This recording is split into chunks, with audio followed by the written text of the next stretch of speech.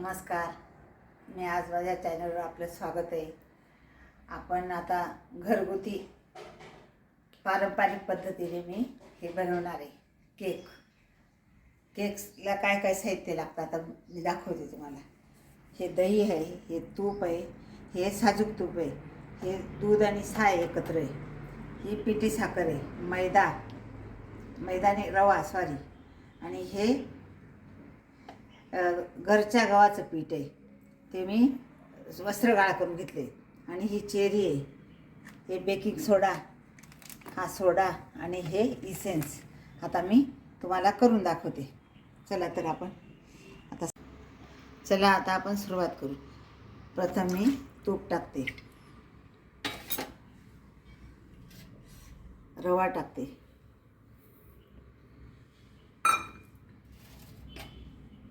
पिठी टाकते,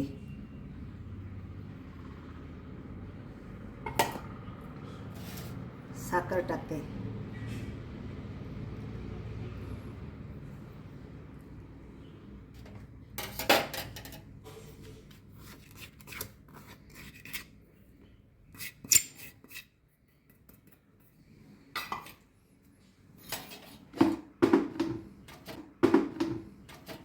थोडं चिमूटभर मीठ टाकते, दही आणि दूध आपण आपल्या हे कालवल्यानुसार टाकायचं. हे पूर्ण नाही लागणार, पण जसं जसं लागेल ना तसं कालवायचं. आता मी ते चांगलं फेटून घेते. आता आपण फेटून झालं. आता बेकिंग पावडर टाकू. 1 चमचावर बेकिंग पावडर टाकली. थोडं फेटून घेऊ आणि सोडा टाकू. मग सोडा टाकला अर्धा चमचा.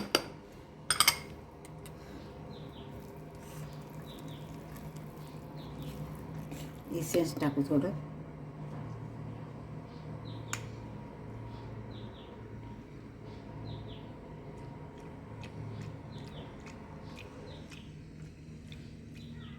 बस 2-3 थेंब इसेन्स टाकलं. आता चांगलं फेटून घेऊ, मग भांड्यात टाकू. आता हे छान झाले, मिक्स झाले एकदम, आणि छान फेटलं गेलं. केक पात्रात टाकू.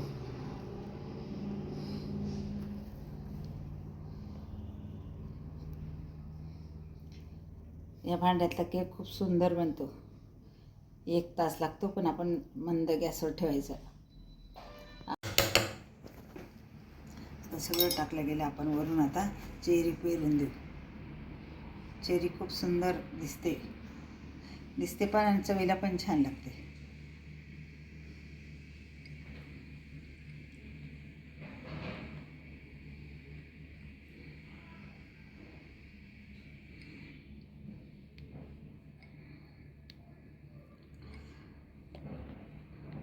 याच्यावर सुकामेवा पण टाकला तरी चालतो.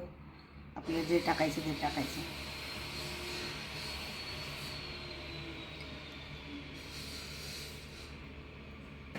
आता 15-20 मिनिटांनी त्याचा सुगंध दरवळला का तेव्हा उघडून बघू. आता चला आपण उघडून बघू. अरे वा, छान झालं.